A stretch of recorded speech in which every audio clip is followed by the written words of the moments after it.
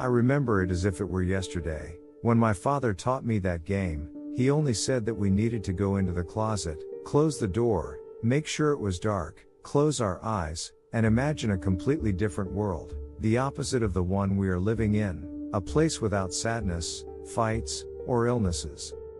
Basically, it's the reverse of our world.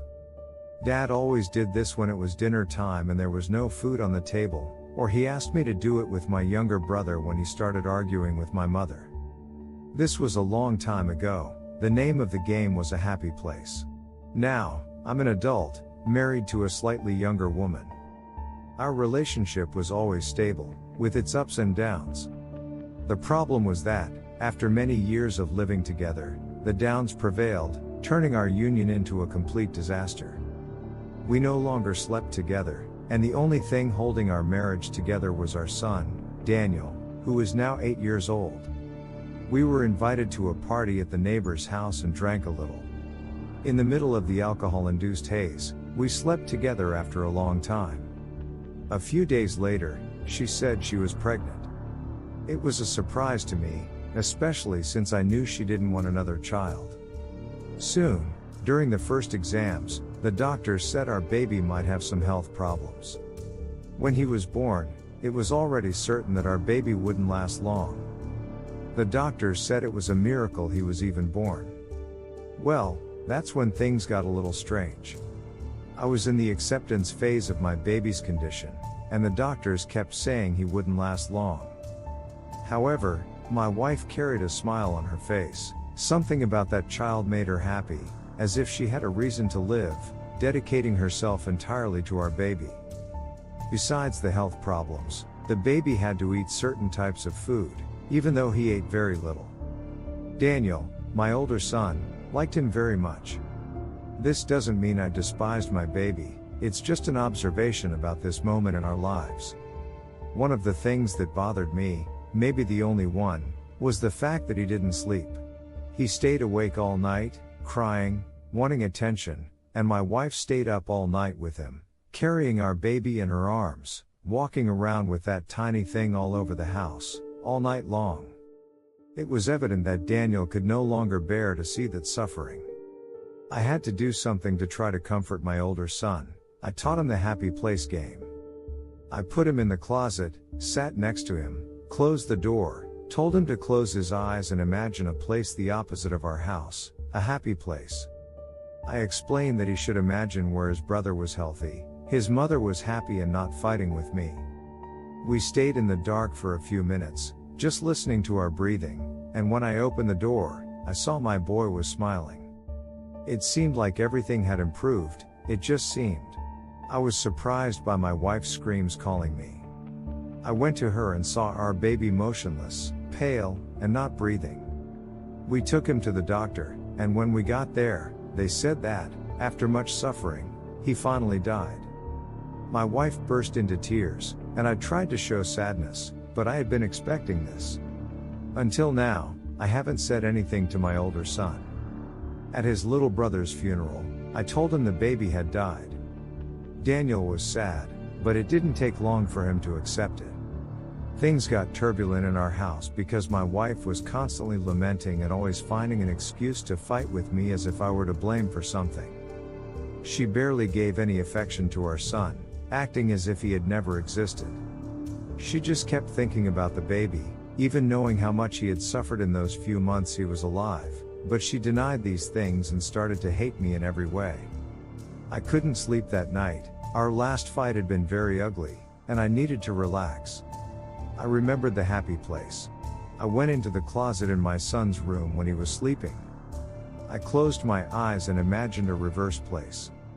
A life where we were happy. I stayed for a long time and ended up dozing off. I woke up and left the closet. Soon, I noticed something different. The house was completely strange. My clothes were swapped. The white shirt and pink shorts I was wearing had their colors reversed. The door handle was in the wrong place. I started walking around our house and found my son. He was turned away from me in the hallway. When I put my hand on his shoulder, telling him to go to bed, he looked at me, and it wasn't my son. It was a horrible thing. his face disfigured like those people in the movie The Ring. I fell, screaming and terrified. My wife appeared in the hallway, and she looked different, smiling at me. I didn't know what was happening. I went back to my son's room and locked the door. I knew there was something strange, something related to the happy place game. So, I went into the closet again and wished it was all a dream, and then I went back to the room. My child was sleeping and everything seemed normal, as if I had entered a nightmare. After that day, I never thought about playing Happy Place again and told my son not to play it anymore. I remember coming home, going into my room, and calling my son. Daniel didn't respond. I went to his room and saw him coming out of the closet with my wife. She was smiling. I was confused, and Daniel was also smiling, looking happy. I knew what was happening, and it seemed that strange game from my father worked with her. Things seemed fine until, well, my wife became completely paranoid, saying I was in the wrong place and that we needed to go to the happy place. She spent almost every day in the closet, in my son's room, and he was often with her, feeding the madness they had created. All because of me. Sometimes, I could hear, very softly, the laughter of a baby, and by this point, I could imagine how completely she had lost her mind by imitating a baby. We were having dinner when she started repeating the usual things that we were in the wrong place. The blood rushed to my head. I was fed up with all of it. I dropped the spoon I was using to eat the soup. Our son was watching us. It was the first time I shouted at my wife, saying the things she needed to hear, telling her to accept the damn death of our baby. I don't know what came over me. I approached my son to apologize and something hard hit my head. My wife had tied my arms and legs, saying everything would be okay. She dragged my body and my son's, who was unconscious, with blood coming from his head. That woman seemed crazy, much worse than she already was. A smell of alcohol lingered in the air. She said she would end this wrong reality, according to her, the one we were living in.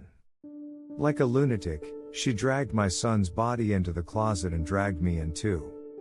I tried to fight, but nothing worked.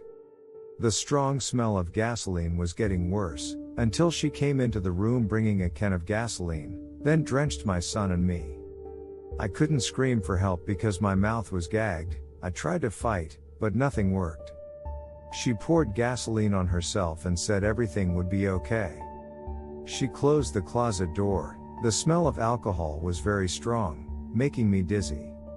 Sitting next to my son and me, my wife lit the lighter, and a strong explosion. I woke up a bit dazed and let out a loud scream because I still smelled gasoline. I heard my wife talking in the kitchen, the smile of my son, and something strange. I could also hear the laughter of a baby. I approached the kitchen and saw my wife with dark skin, gray eyes looking like a monster with a deformed face. My son was the same way, and she was holding a baby, our deceased son. I tried to run, but when I put my hand on the door handle, it was in the wrong place.